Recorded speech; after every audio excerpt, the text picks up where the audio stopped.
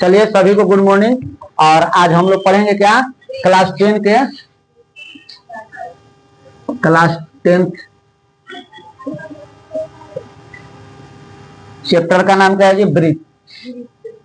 हम लोग किसके बारे में आज ब्रीथ के बारे में पढ़ेंगे, मतलब ब्रीथ किसे कहते हैं, क्या होता है ना, उस सब के बारे में। तो देखिए ब्रीथ किसे कहते हैं, अब किसी एक बिंदु से क्या ब्रीथ किसे कहते हैं। देखिए अगर कोई ब्रीथ का डिफिनेशन क्या हुआ, किसी एक बिंदु से निश्चित दूरी पर स्थित अन्य बिंदुओं के संगम को क्या कहते हैं, हम ब्रीथ कहते हैं। मतलब कि एक पॉइंट यहाँ पर है और इसी एक निश्चित दूरी पर बिंदु दिया हुआ है इस तरह, है ना। मान लीजिए कि ये क्या एक निश्चित दूरी पर, तो इसको अगर हम मिला रहे हैं इस तरह और मिला करके इस तरह बना रहे हैं आकृति, हमारा क्या बनेगा, ब्रीथ बनेगा। क्या बनेगा, संगम मतलब मिलाना, मिलना, संगम मतलब मिलन, है ना। तो क्या होता है ये, अगर इसको मिला रहे हैं तो हमारा क्या बनेगा, ये ब्रीथ बनेगा। गोलाकार जो आकृति बना, क्या बना हमारा, ये ब्रीथ बना, है ना।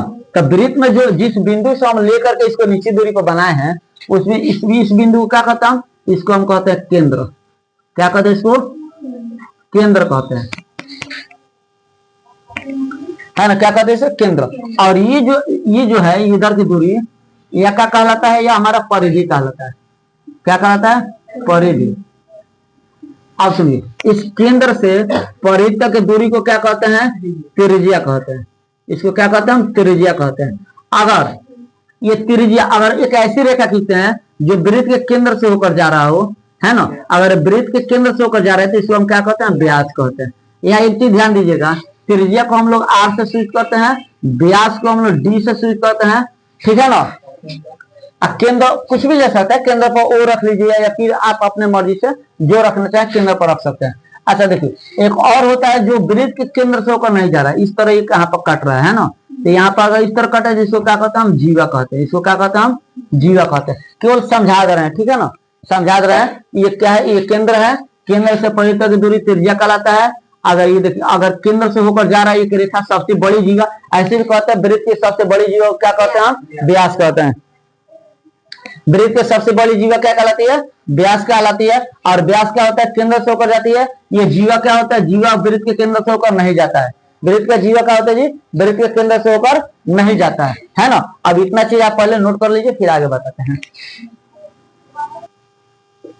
अब सुनिए, ये चीजें आप लोग नोट कर लीजिए, कर लिए। अब सुनिए, ये हो गया परिधि, ये हो गया त्रिज्या, ये हो गया व्यास, ये हो गया जीवा। अब सुनिए यहाँ पर, अगर मान लीजिए कि वृत्त है, क्या जी, यह वृत्त है, इसका यह केंद्र है, केंद्र है। तो यह जो होता है ना, यह यहां से मान लीजिए जीवा है, ये जीवा है। तो ये जो छोटा वाला भाग है, इसको क्या कहते हैं, इसको कहते हैं लघु वृत्तखंड। क्या कहते हैं इसको, लघु वृत्तखंड। इसको क्या कहते हैं हम, लघु वृत्तखंड कहते हैं। ये हो गया हमारा लघु वृत्तखंड। और ये क्या होगा, ये वाला जो भाग है इसको कहते हैं दीर्घ वृत्तखंड, दीर्घ वृत्तखंड, है ना। अब वृत्त में जीवा के द्वारा अगर दो भाग में बांटा जा रहा है, वृत्त को किसी रेखा माने जीवा है उसके द्वारा अगर दो भाग में बांटा जा रहा है, तो छोटे वाले भाग को लघु वृत्तखंड कहते हैं और बड़े वाले भाग को दीर्घ वृत्तखंड कहते हैं। अगर मान लीजिए कोई वृत्त है ना, अब किसी वृत्त पर दो त्रिज्याओं के द्वारा घिरे गए क्षेत्र को त्रिज्या खंड कहते हैं, ठीक है। ये क्या है, ये केंद्र है, यहाँ से एक त्रिज्या हो गया, यहाँ से एक त्रिज्या है ना। जब ये त्रिज्या हो गया दोनों, तो दोनों आ रहे हैं, दोनों त्रिज्या। अब इसके द्वारा ये जो क्षेत्र घिरा हुआ है, ये जो क्षेत्र घिरा हुआ है ना, ये क्या कहलाएगा, ये कहलाएगा लघु त्रिज्या खंड, लघु त्रिज्या खंड, है ना। और जो बड़ा वाला क्षेत्र है क्या कहलाएगा, दीर्घ त्रिज्या खंड, दीर्घ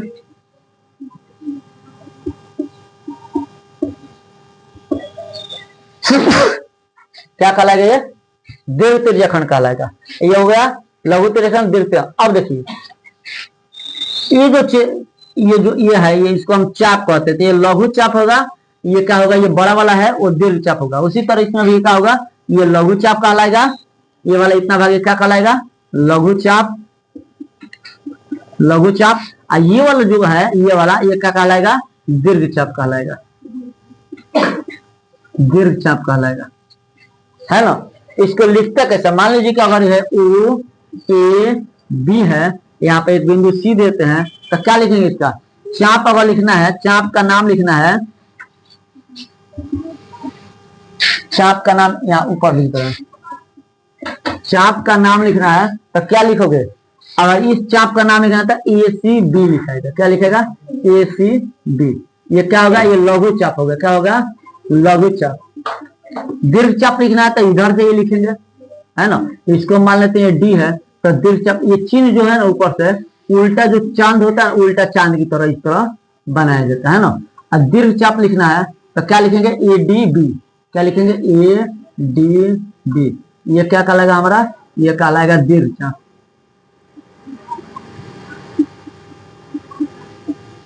ये कहलाएगा हमारा क्या? दीर्घ चाप। तो आपको ये समझ में आ गया, लघु वृत्तखंड, दीर्घ वृत्तखंड, दीर्घ त्रिज्याखंड, लघु त्रिज्याखंड। अब इस पर क्वेश्चन आता है तो जब क्षेत्रमिति पढ़ेंगे ना, तो उसमें हम इस सबका फॉर्मूला पढ़ा देंगे। यहाँ केवल बता रहे हैं कि कौन कौन होता है, कैसे होता है, आकृति केवल बता रहे हैं। ठीक है, तो ये हो गया हमारा चाप, हो गया दीर्घ चाप, लघु चाप, लघु त्रिज्याखंड, दीर्घ त्रिज्याखंड, दीर्घ वृत्तखंड, लघु वृत्तखंड, जीवा से घिरा हुआ क्षेत्र, है ना। इतना बातें आपको समझ आ, हम लोग को पढ़ना है कि ये कोई वृत्त है। अब ये क्या है जी? ये कोई वृत्त है, ठीक। वृत्त का यह क्या है? केंद्र है।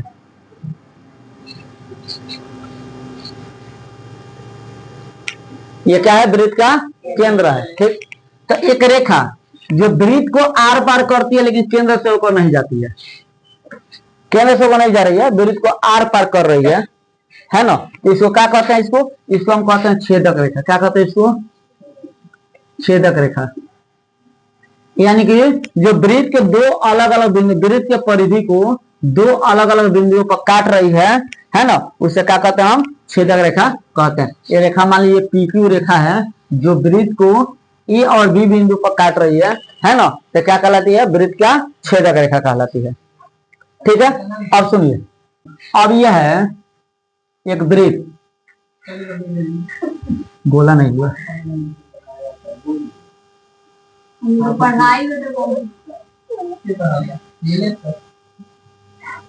है ना, ये केंद्र है। अगर इस बिंदु से एक रेखा स्पर्श कर रहा है इस तरह, ठीक। ये रेखा क्या कर रहा है जी? मान लीजिए कि ये भी रेखा है, ये भी रेखा है, रेखा ये भी है, बिंदु P पर स्पर्श कर रहा है, माने वृत्त के परिधि के बिंदु P पर स्पर्श कर रहा है, तो इस रेखा को क्या कहेंगे? स्पर्श रेखा, स्पर्श रेखा। और इस बिंदु को क्या कहेंगे? स्पर्श बिंदु। क्या कहेंगे? स्पर्श बिंदु। मतलब क्या कि किसी वृत्त के परिधि से केवल एक ही, माने वृत्त के परिधि से अगर मान लीजिए कोई रेखा इस तरह टकरा के जा रहा है, ना अंदर जा रहा है ना बाहर, माने उससे कट के जा रहा है,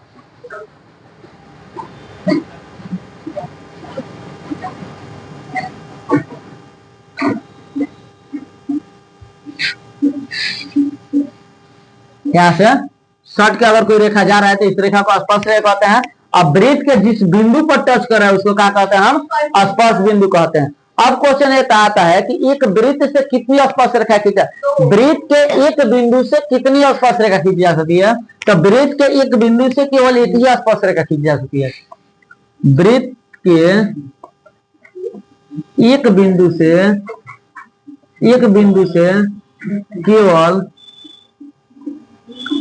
केवल एक ही स्पर्श रेखा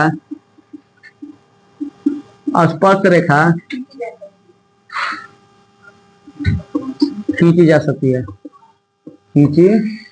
जा सकती है, ये एग्जाम में पूछता भी है कि एक वृत्त से कितनी स्पर्श रेखा खींची जा सकती है, तो एक ही स्पर्श रेखा खींची जा सकती है।